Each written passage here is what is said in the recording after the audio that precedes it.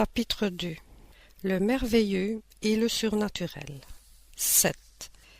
Si la croyance aux esprits et à leurs manifestations était une conception isolée, le produit d'un système, elle pourrait, avec quelque apparence de raison, être suspectée d'illusion. Mais qu'on nous dise encore pourquoi on la retrouve si vivace chez tous les peuples anciens et modernes, dans les livres saints de toutes les religions connues. C'est, disent quelques critiques, parce que, de tout temps, l'homme a aimé le merveilleux. Qu'est-ce donc que le merveilleux, selon vous? Ce qui est surnaturel. Qu'entendez-vous par le surnaturel? Ce qui est contraire aux lois de la nature? Vous connaissez donc tellement bien ces lois qu'il vous est possible d'assigner une limite à la puissance de Dieu? Eh bien alors, prouvez que l'existence des esprits et leurs manifestations sont contraires aux lois de la nature, que ce n'est pas et ne peut être une de ces lois. Suivez la doctrine spirite, et voyez si cet enchaînement n'a pas tous les caractères d'une admirable loi qui résout tout ce que les lois philosophiques n'ont pu résoudre jusqu'à ce jour. La pensée est un des attributs de l'esprit. La possibilité d'agir sur la matière, de faire impression sur nos sens et par suite de transmettre sa pensée résulte, si nous pouvons nous exprimer ainsi, de sa constitution physiologique. Donc, il n'y a dans ce fait rien de surnaturel, rien de merveilleux. Qu'un homme mort et bien mort revive corporellement, que ses membres dispersés se réunissent pour reformer son corps, voilà du merveilleux, du surnaturel, du fantastique. Ce serait là une véritable dérogation que Dieu ne peut accomplir que par un miracle. Mais il n'y a rien de semblable dans la doctrine spirite. 8. Pourtant, dira-t-on, vous admettez qu'un esprit peut enlever une table et la maintenir dans l'espace sans point d'appui. N'est-ce pas une dérogation à la loi de gravité? Oui, à la loi connue. Mais la nature a-t-elle dit son dernier mot? Avant qu'on eût expérimenté la force ascensionnelle de certains gaz, qui eût dit qu'une lourde machine portant plusieurs hommes peut triompher de la force d'attraction? Aux yeux du vulgaire, cela ne devait-il pas paraître merveilleux, diabolique? Celui qui eût proposé, il y a un siècle, de transmettre une dépêche à 500 lieues et d'en recevoir les réponses en quelques minutes, eût passé pour un fou. S'il l'eût fait, on aurait cru qu'il avait le diable à ses ordres, car alors le diable seul était capable d'aller si vite. Pourquoi donc un fluide inconnu n'aurait-il pas la propriété, dans des circonstances données, de contrebalancer l'effet de la pesanteur, comme l'hydrogène contrebalance le poids du ballon? Ceci, remarquons-le en passant, est une comparaison, mais non une assimilation, et uniquement pour montrer, par analogie, que le fait n'est pas physiquement impossible. Or, c'est précisément quand les savants, dans l'observation de ces sortes de phénomènes, ont voulu procéder par voie d'assimilation qu'ils se sont fourvoyés. Au reste, le fait est là. Toutes les dénégations ne pourront faire qu'il ne soit pas, car nier n'est pas prouver. Pour nous, il n'a rien de surnaturel. C'est tout ce que nous en pouvons dire pour le moment. 9. Si le fait est constaté, dira-t-on, nous acceptons même la cause que vous venez d'assigner, celle d'un fluide inconnu, mais qui prouve l'intervention des esprits. Là est le merveilleux, le surnaturel. Il faudrait ici toute une démonstration qui ne serait pas à sa place, et ferait d'ailleurs double emploi, car elle ressort de toutes les autres parties de l'enseignement. Toutefois, pour la résumer en quelques mots, nous dirons qu'elle est fondée en théorie sur ce principe. Tout effet intelligent doit avoir une cause intelligente. En pratique, sur cette observation que les phénomènes dits spirites, ayant donné des preuves d'intelligence, devaient avoir leur cause en dehors de la matière. que cette intelligence n'étant pas celle des assistants, ceci est un résultat d'expérience, devait être en dehors d'eux, puisqu'on ne voyait pas l'être agissant. C'était donc un être invisible. C'est alors que d'observation en observation, on est arrivé à reconnaître que cet être invisible, auquel on a donné le nom d'esprit, n'est autre que l'âme de ceux qui ont vécu corporellement et que la mort a dépouillé de leur grossière enveloppe visible, ne leur laissant qu'une enveloppe éthérée, invisible dans son état normal. Voilà donc le merveilleux et le surnaturel réduits à leur plus simple expression. L'existence d'êtres invisibles une fois constatée, leur action sur la matière résulte de la nature de leur enveloppe fluidique. Cette action est intelligente, parce qu'en mourant, ils n'ont perdu que leur corps, mais ont conservé l'intelligence qui est leur essence. Là est la clé de tous ces phénomènes réputés à tort surnaturels. L'existence des esprits n'est donc point un système préconçu, une hypothèse imaginée pour expliquer les faits. C'est un résultat d'observation et la conséquence naturelle de l'existence de l'âme. Nier cette cause, c'est nier l'âme et ses attributs. Que ceux qui penseraient pouvoir donner de ces effets intelligents une solution plus rationnelle, pouvant surtout rendre raison de tous les faits, veuillent bien le faire, et alors on pourra discuter le mérite de chacune. 10. Aux yeux de ceux qui regardent la matière comme la seule puissance de la nature, tout ce qui ne peut être expliqué par les lois de la matière est merveilleux ou surnaturel. Et pour eux, merveilleux est synonyme de superstition. À ce titre, la religion, fondée sur l'existence d'un principe immatériel, serait un tissu de superstition. Ils n'osent le dire tout haut, mais ils le disent tout bas, et ils croient sauver les apparences en concédant qu'il faut une religion pour le peuple et pour faire que les enfants soient sages. Or, de deux choses l'une, ou le principe religieux est vrai, ou il est faux. S'il est vrai, il l'est pour tout le monde. S'il est faux, il n'est pas meilleur pour les ignorants que pour les gens éclairés. 11.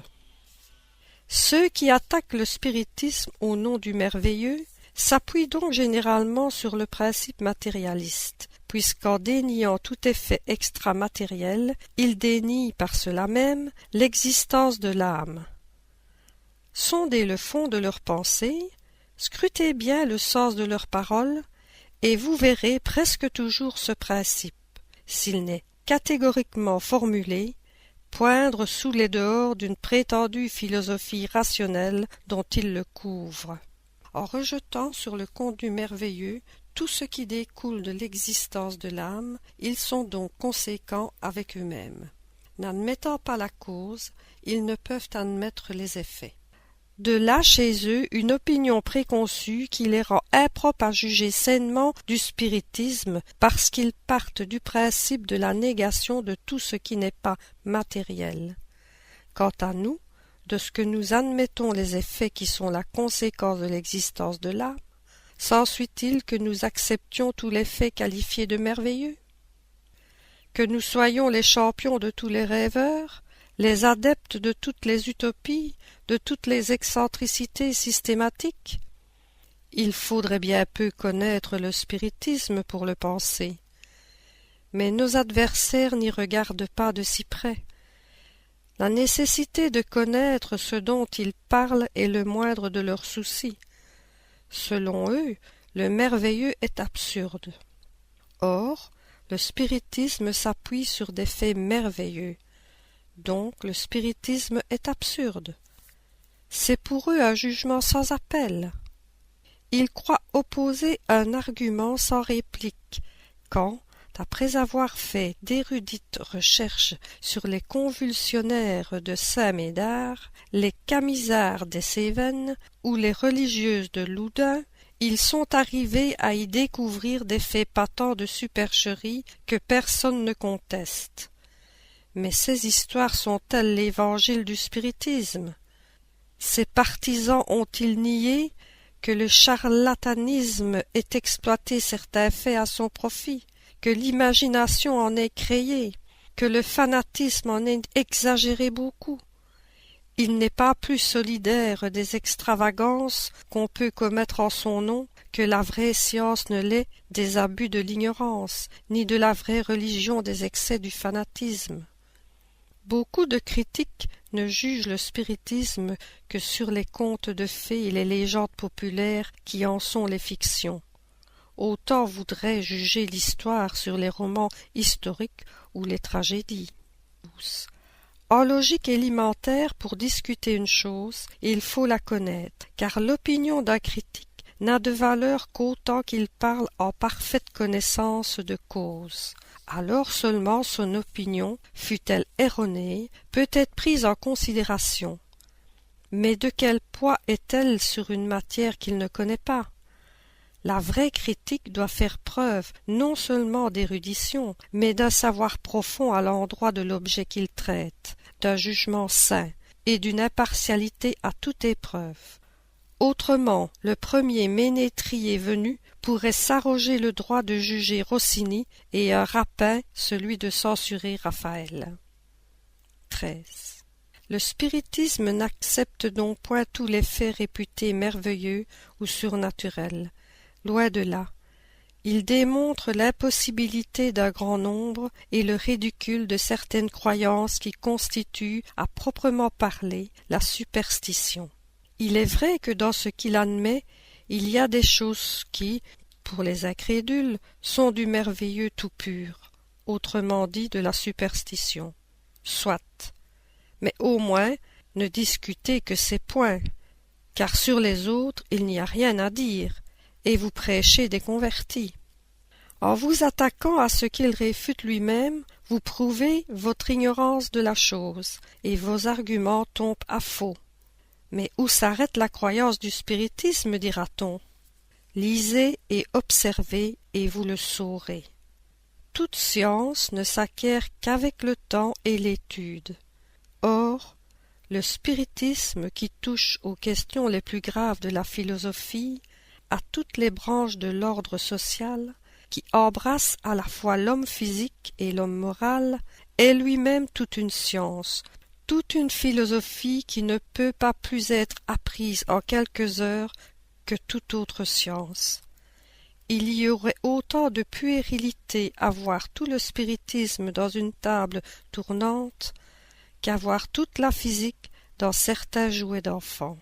Pour quiconque ne veut pas s'arrêter à la surface, ce ne sont pas des heures mais des mois et des années qu'il faut pour en sonder tous les arcanes. Qu'on juge par là du degré de savoir et de la valeur de l'opinion de ceux qui s'arrogent le droit de juger, parce qu'ils ont vu une ou deux expériences, le plus souvent en manière de distraction et de passe-temps. Ils diront sans doute qu'ils n'ont pas le loisir de donner tout le temps nécessaire à cette étude. Soit, rien ne les y contraint. Mais alors, quand on n'a pas le temps d'apprendre une chose, on ne se met le pas d'en parler et encore moins de la juger, si l'on ne veut pas être accusé de légèreté. Or, plus on occupe une position élevée dans la science, moins on est excusable de traiter légèrement un sujet que l'on ne connaît pas. 14. Nous nous résumons dans les propositions suivantes. Premièrement, tous les phénomènes spirites ont pour principe l'existence de l'âme, sa survivance au corps et ses manifestations. Deuxièmement, ces phénomènes étant fondés sur une loi de la nature, n'ont rien de merveilleux ni de surnaturel dans le sens vulgaire de ces mots. Troisièmement, beaucoup de faits ne sont réputés surnaturels que parce qu'on n'en connaît pas la cause. Le spiritisme, en leur assignant une cause, les fait rentrer dans le domaine des phénomènes naturels. Quatrièmement, parmi les faits qualifiés de surnaturels, il en est beaucoup dont le spiritisme démontre l'impossibilité, et qu'il range parmi les croyances superstitieuses. Cinquièmement, bien que le spiritisme reconnaisse dans beaucoup de croyances populaires un fond de vérité, il n'accepte nullement la solidarité de toutes les histoires fantastiques créées par l'imagination. Sixièmement, juger le spiritisme sur les faits qu'il n'admet pas, c'est faire preuve d'ignorance et ôter toute valeur à son opinion. Septièmement, l'explication des faits admis par le spiritisme, leurs causes et leurs conséquences morales, constitue toute une science et toute une philosophie qui requiert une étude sérieuse, persévérante et approfondie.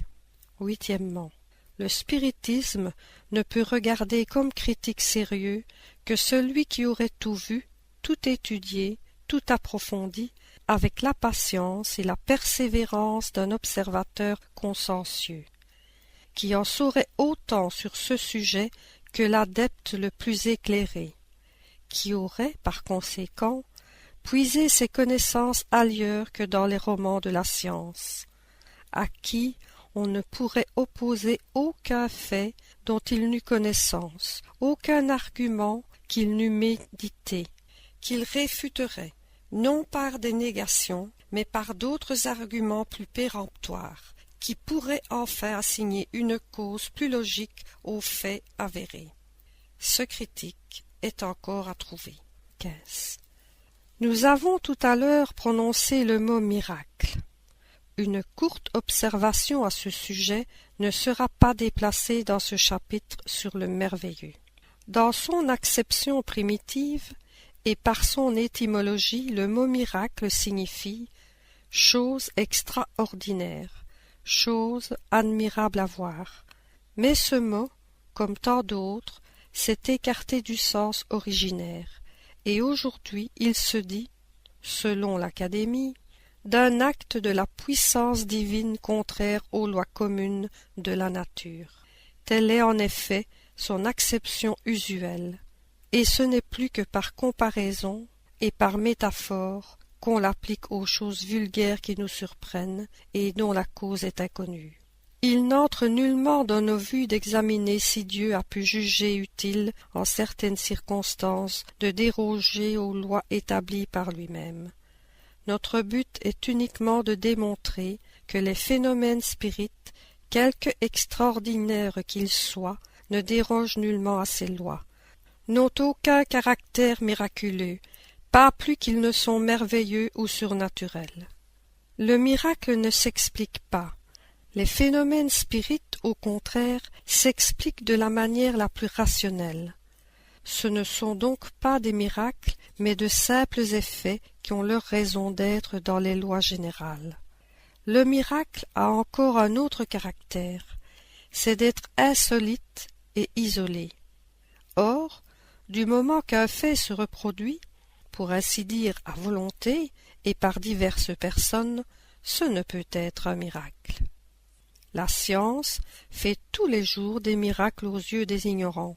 Voilà pourquoi jadis, ceux qui en savaient plus que le vulgaire passaient pour des sorciers. Et comme on croyait que toute science surhumaine venait du diable, on les brûlait. Aujourd'hui, on est beaucoup plus civilisé, on se contente de les envoyer aux petites maisons. Qu'un homme, réellement mort, comme nous l'avons dit en commençant, soit rappelé à la vie par une intervention divine, c'est là un véritable miracle, parce que c'est contraire aux lois de la nature. Mais si cet homme n'a que les apparences de la mort, s'il y a encore en lui un reste de vitalité latente et que la science ou une action magnétique parvienne à le ranimer, pour les gens éclairés c'est un phénomène naturel. Mais aux yeux du vulgaire ignorant, le fait passera pour miraculeux, et l'auteur sera pourchassé à coups de pierre ou vénéré selon le caractère des individus.